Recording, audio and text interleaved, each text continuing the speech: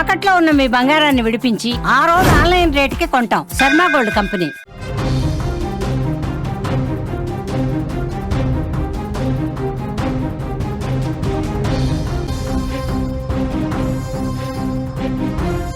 సహస్ర హత్య కేసు ఏదైతే సహస్ర హత్య కేసు ఉందో ఈ హత్య కేసు పొర్రపాటున చేసిన హత్యగా కనిపించట్లేదు.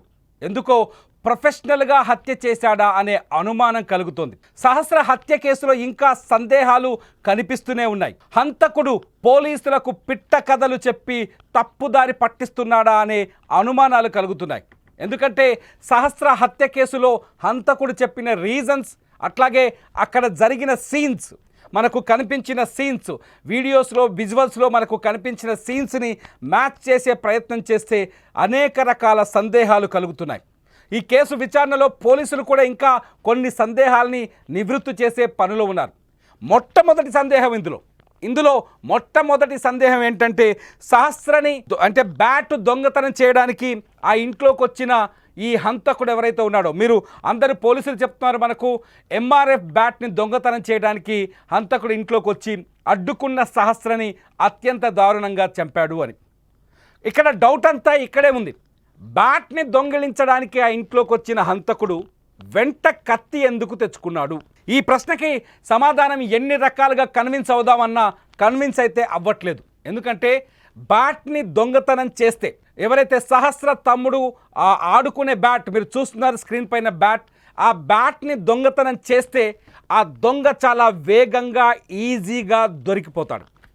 ఈ విషయం చాలా స్పష్టంగా ఆ దొంగకి కూడా తెలుసు. ఎందుకంటే ఆ హంతకుడు 14 ఏళ్ల వయసే ఉన్న గజ దొంగగా కనిపిస్తున్నాడు.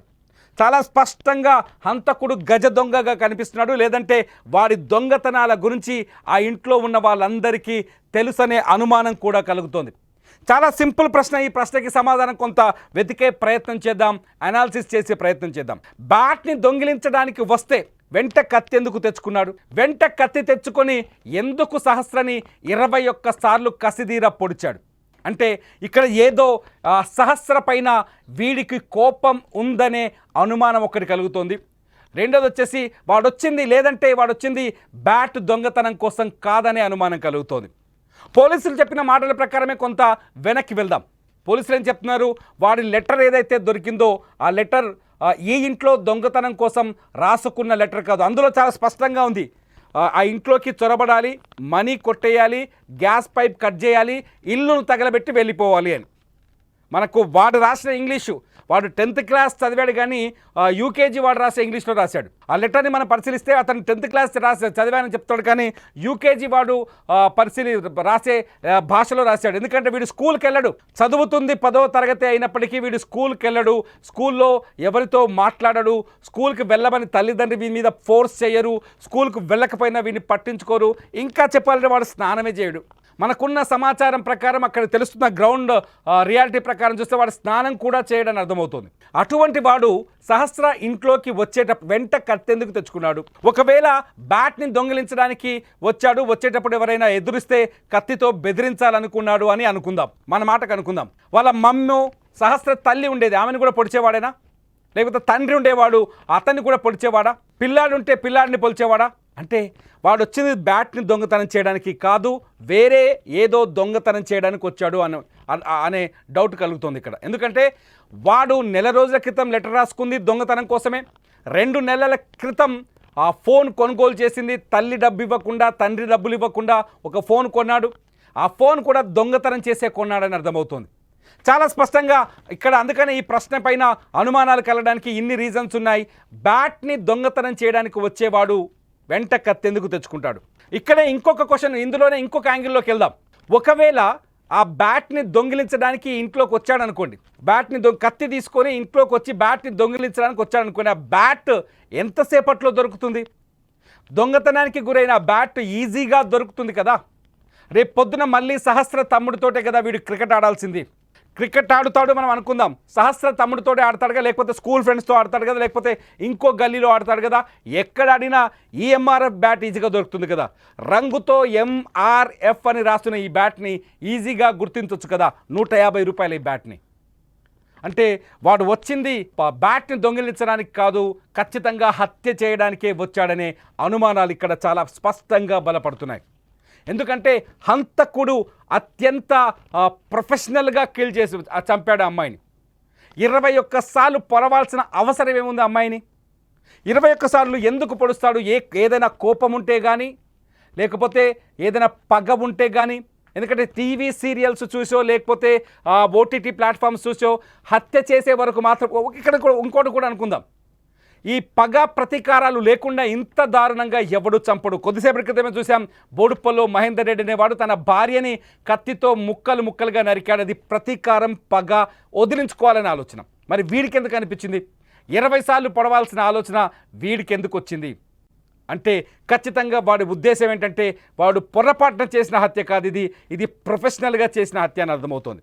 ఇక రెండో పాయింట్లోకి వెళ్తే వీడు ఈ హంతకుడు నిజంగా ఓటీటీలను చూసి సోషల్ మీడియాను చూసి ప్రభావితమయ్యాడని మనం అనుకుందాం.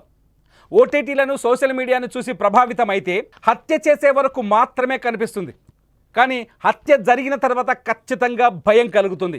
14 ఏళ్ల పిల్లాడు పొరపాటున హత్య చేశాడు. పొరపాటున అంటే తప్పించుకునే క్రమంలో హత్య చేశాడు. ఆ హత్య చేయడానికి ధైర్యం ఓటీటీల నుంచి లేకపోతే ఇంటర్నెట్లో దొరికిన అడల్ట్ కంటెంట్ నుంచి దొరికింది. కానీ హత్య చేసిన తర్వాత దాన్ని 5 రోజుల పాటు దాచిపెట్టే ధైర్యం ఎక్కడి నుంచి తెచ్చుకున్నాడు?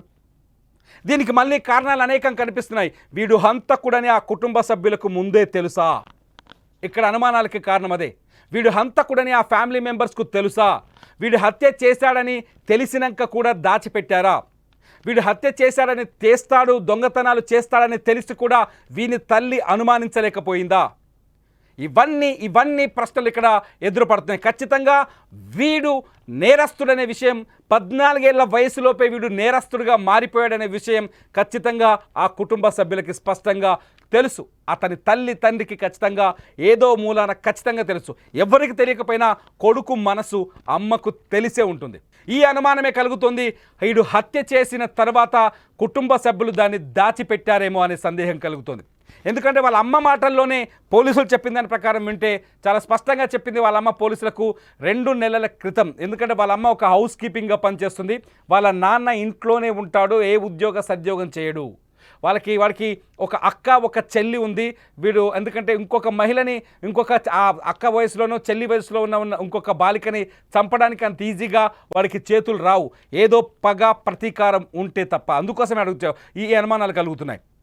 తల్లి ఖచ్చితంగా వీడు చంపేశాడనే విషయాన్ని గుర్తించి ఉంటుంది. ఎందుకంటే పోలీసులకు వాళ్ళ అమ్మ చాలా స్పష్టంగా చెప్పింది ఏంటంటే 2 నెలల క్రితం మేము డబ్బులు ఇవ్వకపోయినా వాడు ఫోన్ కొనుక్కున్నాడంటే దొంగతనం, అంటే నేరం చేశాడు ఏదో ఒకటి. అది దొంగతనం కావచ్చు, లేకపోతే ఎదుటివారి ఫోన్ కొట్టేయచ్చు, లేకపోతే ఎవరినైనా కొట్టి డబ్బులు తెచ్చుకోవచ్చు, లేకపోతే ఏదైనా ఇంటిని దోచి డబ్బులు తెచ్చుకోవచ్చు. వీడు పక్కా ప్రొఫెషనల్ క్రిమినల్.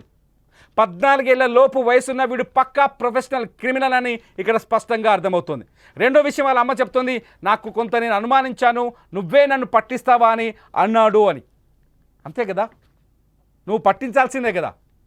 అంటే ఇది తప్పించుకునే ఉద్దేశంతో చెబుతున్న మాటలేమో అనే సందేహం కలుగుతోంది. ఇటువంటి సందేహమే. రెండో వచ్చేసి పోలీసులు ఏదైతే లెటర్ స్వాధీనం చేసుకున్నారో, ఏదైతే డబ్బు కోసం దొంగతనం చేయడానికి లెటర్ స్వాధీనం చేసుకున్నారో ఆ లెటర్ పైన కూడా ఇప్పుడు సందేహాలు కలుగుతున్నాయి. వీడు సహస్రని చంపడానికి ముందు ఖచ్చితంగా నేరాలు చేసి ఉంటాడు అనే సందేహాన్ని ఈ లెటర్ కలిగిస్తోంది. ఎందుకంటే ఈ లెటర్ 2 నెలల క్రితం రాశాడా, నెల రోజుల క్రితం రాశాడా, వారం క్రితం రాశాడని పక్కన పెడితే వాడి బ్రెయిన్లో ఉన్న నేరపూరితమైన ఆలోచనని ఒక పేజీ మీద పెట్టాడు. అంటే గతంలో వీడు ఈజీగా దొంగతనం చేయగలిగాడు, గతంలో వీడు డబ్బులు కొట్టుకొచ్చాడు.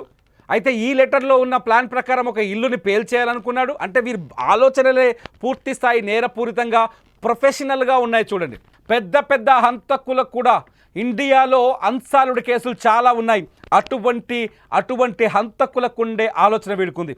అంటే వీడు చిన్న నేరాలు లేకపోతే ఈ హత్యకు ముందు కొన్ని బలమైన నేరాలు చేసి ఉంటాడు అనేది ఈ లెటర్ ద్వారా అర్థమవుతోంది. అంటే సహస్ర హత్య వెనుక బ్యాట్ దొంగతనం అనేది పూర్తి స్థాయి మోడస్ ఆపరాండి కాదేమో అనిపిస్తుంది. ఎందుకంటే వీడు హత్య చేసి 5 రోజులు ఇంట్లో మౌనంగా ఉన్నాడు, స్కూల్కి కూడా వెళ్ళాడని మనకు సమాచారం ఉంది. అటువంటప్పుడు వీడి ఐదు రోజులు ఈ హత్యని దాచగలిగిన వాడు పోలీసులకు తప్పుడు సమాధానాలు, తప్పుడు మాటలు చెప్పాడు అంటే ఎందుకు నువ్వు నమ్మాలి? ఖచ్చితంగా పోలీసులకు వీడు తప్పుడు సమాధానాలు చెప్పాడనిపిస్తోంది. అంతేకాదు పోలీసులను కూడా రాంగ్ రూట్ పట్టిస్తున్నాడేమో అనే అనుమానం కలుగుతోంది. సహస్ర తల్లిదండ్రులు బోరున విలపిస్తున్నారు. హంతకుడు పక్కింట్లో ఉండేవాడే, తన కూతురు బర్త్డేకి కేక్ తినిపించి వెళ్ళిన వాడే తెలిసిన తర్వాత. సో సహస్ర హత్య కేసులో ఇంకా చిక్కుముడి వీడని ప్రశ్నలు చాలా కనిపిస్తున్నాయి. అయితే పోలీసులు ఆ రోజు ఏదైతే శనివారం రోజు ప్రెస్ మీట్ పెట్టారో చాలా స్పష్టంగా చెప్పారు, ఈ కేసులో ప్రతి ఆధారాన్ని, ప్రతి డాట్ని కనెక్ట్ చేస్తూ వెళ్తామని. కానీ ఈ కనెక్టింగ్లో ఖచ్చితంగా ఈ ప్రొఫెషనల్ కిల్లర్ 14 ఏళ్ల లోపున్న వాడికి శిక్ష సరిగ్గా పడదు, పూర్తిస్థాయి శిక్ష పడదు. కేవలం అతనికి మానసిక మార్పును తీసుకొచ్చేందుకు జువైనల్ హోమ్కు మాత్రమే పంపిస్తారు. అతనికి కఠిన కారాగార శిక్ష కూడా ఉండదు. అతన్ని హంతకుడిగా కూడా పెద్దగా పరిగణించరు. మానసిక స్థితి సరిగ్గా లేని వ్యక్తిగానే చూస్తారు. మానసిక బలాన్ని లేకపోతే మానసిక మార్పును తీసుకొచ్చే ప్రయత్నం చేస్తారని చట్టం చెబుతోంది. ఈ నేపథ్యంలో వీడు ఒక ప్రొఫెషనల్ క్రిమినల్గా, ఒక ప్రొఫెషనల్ కిల్లర్గా చాలా స్పష్టంగా కనిపిస్తున్నాడు. దీనికి కారణాలు ఇవే. హత్య చేసిన విధానాన్ని కూడా ఒకసారి ఆలోచించండి. వీడు కత్తి ఇంట్లోంచి తీసుకొని వెళ్ళాడు. పోలీసుల మాటల ప్రకారం నలుపు రంగు పిడి ఉన్న కత్తిని ఇంట్లోంచి తీసుకొని సహస్ర ఇంట్లోకి వెళ్ళాడు. సహస్ర ఇంట్లో ఉన్నది విషయాన్ని గమనించకుండానే బ్యాట్ని దొంగిలించే ప్రయత్నం చేశాడు. బ్యాట్ని దొంగిలిస్తుంటే సహస్ర దొంగ అని అరిచింది. దొంగ అరవగానే వెనక్కి తిరిగి సహస్రని పొడి చేశాడు. పొడిచిన తర్వాత ఆ రక్తపు బట్టలతో 20 సార్లు పొడిచాడు చచ్చిపోవాలని. సాధారణంగా ఏ దొంగ అన్నిసార్లు ఆలోచన చేసి ఆ అమ్మాయిని అరవకుండా చేసి గొంతు మీద చేయితో మూసి హత్య చేస్తాడా?